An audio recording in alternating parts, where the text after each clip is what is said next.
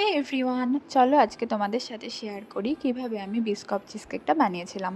তো এটাতে 3টে লেয়ার হবে। ফার্স্ট লেয়ারের জন্য আমি বিস্কিটগুলোকে গ্রাইন্ড করে তার মধ্যে কিছু বাটার দিয়ে সেগুলোকে একসাথে মিক্স করে নিচে ড্যাপ ড্যাপ করে বসিয়ে নিয়ে সেটাকে কিছুক্ষণ ফ্রিজে দিয়েছিলাম সেট হওয়ার জন্য।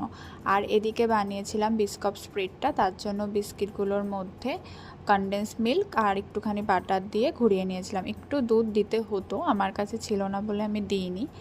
আর নেক্সট স্টেপ ছিল মাঝখানের লেয়ারটা, যেটা হবে চিজের লেয়ার। তার জন্য আমি এখানে চিজ নিয়েছিলাম। আর মনে রাখবে চিজটা যেন রুম টেম্পারেচারে থাকে। আমারটা একটু শক্ত ছিল, যার জন্য এখানে মিক্স করতে প্রবলেম হচ্ছিল। তো এর মধ্যে চিজের মধ্যে কনডেন্স মিল্ক, অল্প একটু বাটার দিয়ে ভালো করে গ্রাইন্ড করে নেব। ফ্রেশ ক্রিমও দিতে হবে।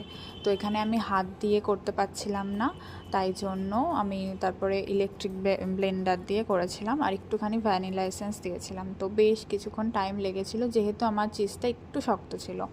লাস্টে আবার ওই বিস্কিটের যে স্প্রেডটা বানিয়েছিলাম ওটা দিয়ে আবার একটুখানি কিছুক্ষণ মিক্স করে নেব, তাহলেই এই চিজের যে লেয়ারটা হবে সেইটা রেডি। তো এই মিক্সচারটাকে আবার ওই বিস্কিটের লেয়ারটার ওপরে দিয়ে দেব। তারপর এটাকে সেট হতে দেব মোটামুটি 5 থেকে 6 ঘন্টা।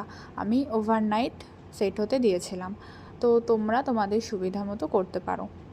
ওই সেকেন্ড বা চিজের লেয়ারটা আমাদের সেট হয়ে গেলে এর ওপর থেকে আমরা দেব ওই বিস্কিটের বিস্কফের যে স্প্রেডটা বানিয়েছিলাম সেইটাকেও ভালো করে স্প্রেড করে দিয়ে আবার একবার ফ্রিজে সেট হতে দেব। আর এটা সেট হয়ে গেলে আমাদের হয়ে গেল 3টে লেয়ার কমপ্লিট। এবার ওপর থেকে নিজেদের মতো করে ডেকোরেশন করে নেব। তো আমি কিছু ওই বিস্কিটের গুঁড়োগুলো দিয়েছিলাম আর মাঝখানে একটা বিস্কিট দিয়েই রেডি করেছিলাম। তো কেমন লাগলো অবশ্যই জানিও। Bye, thanks for watching.